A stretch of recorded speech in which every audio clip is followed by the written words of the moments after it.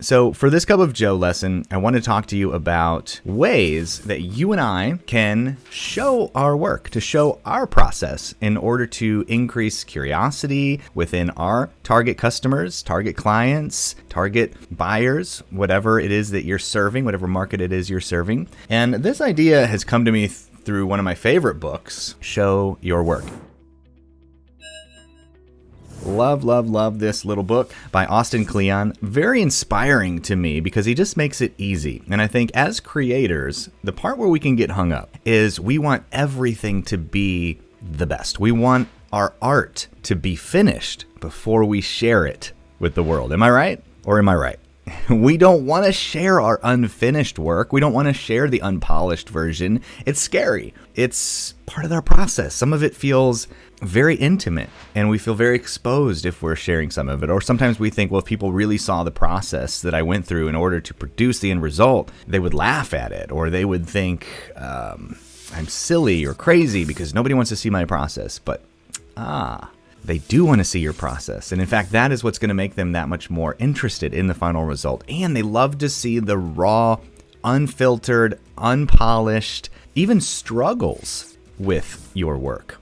I know, just keep this in mind. Keep this in mind as you're going out looking at other people's stuff, at other artists' stuff. How much do you enjoy seeing a little behind the scenes? How much do you enjoy seeing that sample chapter that's not really finished with all of the edits in there, and seeing a little bit about what the artist, what the author, what the creator is thinking? So I want to encourage you. I pulled out a couple quotes here that I particularly love. One is this: the first step is to scoop up the scraps and the residue of your process and shape them into some interesting bit of media that you can share. You have to turn the invisible into something other people can see. So just take a moment, think about your work, think about which parts are invisible. Now, I know for me, like 98% of my parts are invisible because I'm going through my processes and I'm thinking about this, I'm learning this, and just kind of learning out loud with you all here. It's so messy that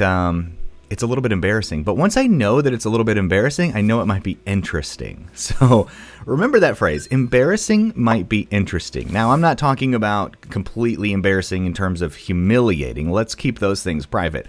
I'm talking about just a little bit embarrassing enough to be raw, unfiltered. And if you feel that little bit of like, ooh, I don't know, that's a little embarrassing, you might be on the right track. That might be what is interesting to other people. Now I'm going to take it a step further, because if you're like me, you came up with this question, or let's say this objection. How do I show my work if I don't have anything to show? I want to encourage you that you might have more to show than you think. So how to share or show your work even when you have nothing to show. Number one, become a documentarian of what you do. Start a work journal. Write your thoughts down in a notebook or speak them into a recorder. We all have access to, oh my gosh, like recorders right here on our phones, on our devices, on our computers. It's so easy these days. Just jot down what you're doing when you're doing it. Keep a scrapbook. My favorite, take a lot of photographs of your work at different stages in your process. Come on, this is something all of us can do. The only thing that's stopping us here is just remembering to do it, right? Just to stop and go, okay, what stage of work am I in? What does it look like right now? What can I take a picture of? What can I screenshot?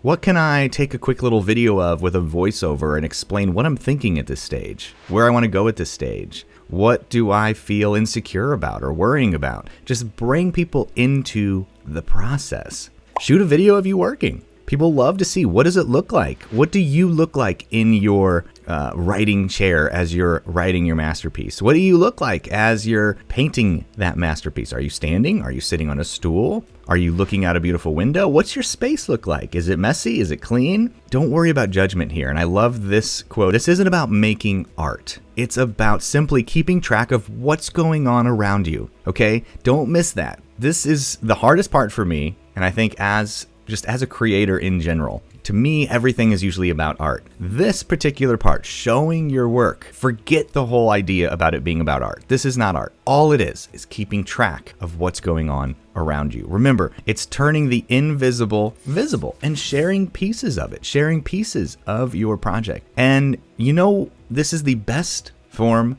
of marketing. So many times it takes many months, sometimes years to create that masterpiece, that project, that book, that course, whatever it is that you're working on. All the while, why not document the process and share pieces of it? And those that it resonates with will be attracted to that. And there you go. You have an audience ready for you when it comes time to sell your work, which is another part. Unless you're doing this as a hobby, creating your work as a hobby, that's fine. Then you can also share and show your work as a hobby. But if you want to actually get paid for your work and you want to have customers and buyers and clients, this is one of the ways that I have found to be the easiest and most fun, not to mention creatively challenging. So if you want to have another way to kind of challenge yourself as a creative, just think about, how can I share and document what I'm doing out loud? Maybe you don't actually have any work that you've produced yet, but you're learning stuff. You've heard me say this phrase many times, learn out loud. I love to learn out loud. When I don't have content, when I don't have, a philosophy on something that I think, well, that's not worthy of making a video about or sharing about. Have you noticed what I do here with these lessons? It's everything that I'm reading, consuming, finding online, things that happen in my everyday life that I'm learning, and I just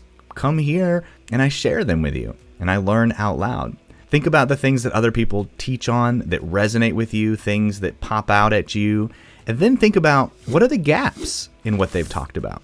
What's missing? What can you add to it? Don't feel bad about repurposing other people's content. It's called curating the content. Think about it in a museum. It's not the things that are on the walls that are so important or so valuable. I mean, they are valuable, no doubt. But what makes a museum great is the curation that happens. It's more about what's not on those walls than what's on the walls. I bet you that took more effort to figure out what to edit, what to take away. And that's curation. It's editing of all of this information that's coming at everybody, right? And you curating that and making it specific and special to your audience. That's what I try to do here, and hopefully I do a good job of it. So that's what I'm learning out loud today, and this is what I'm going to be practicing.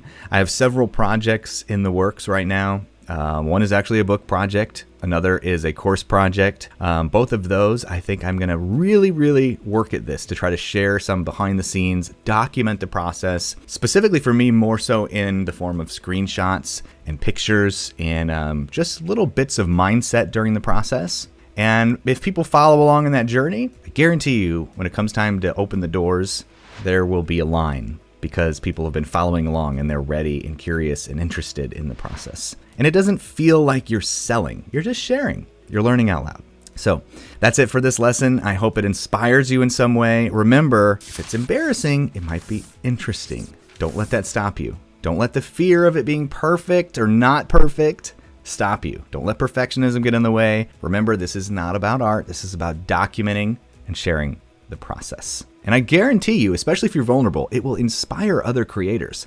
Anytime I've been vulnerable about sharing the struggles of my work, those types of shares, those types of posts seem to get the most attention, especially when people from the outside looking in think, oh, you've got it all together, and therefore I can't do what you do. But you realize, no, it's very messy. And sometimes that's the most inspiring.